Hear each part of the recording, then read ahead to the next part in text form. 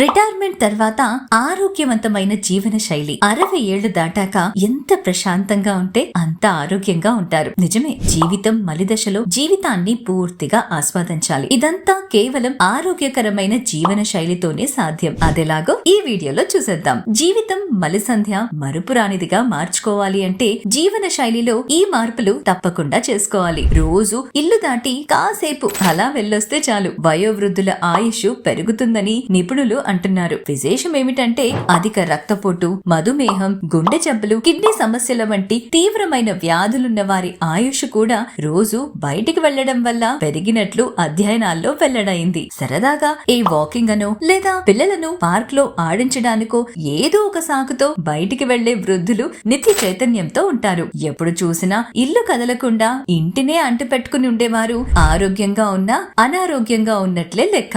అందుకే గౌరవనీయులైన senior citizens, please అలా కాలు కదిపేయండి, ఆరోగ్యాన్ని సొంతం చేసుకోండి.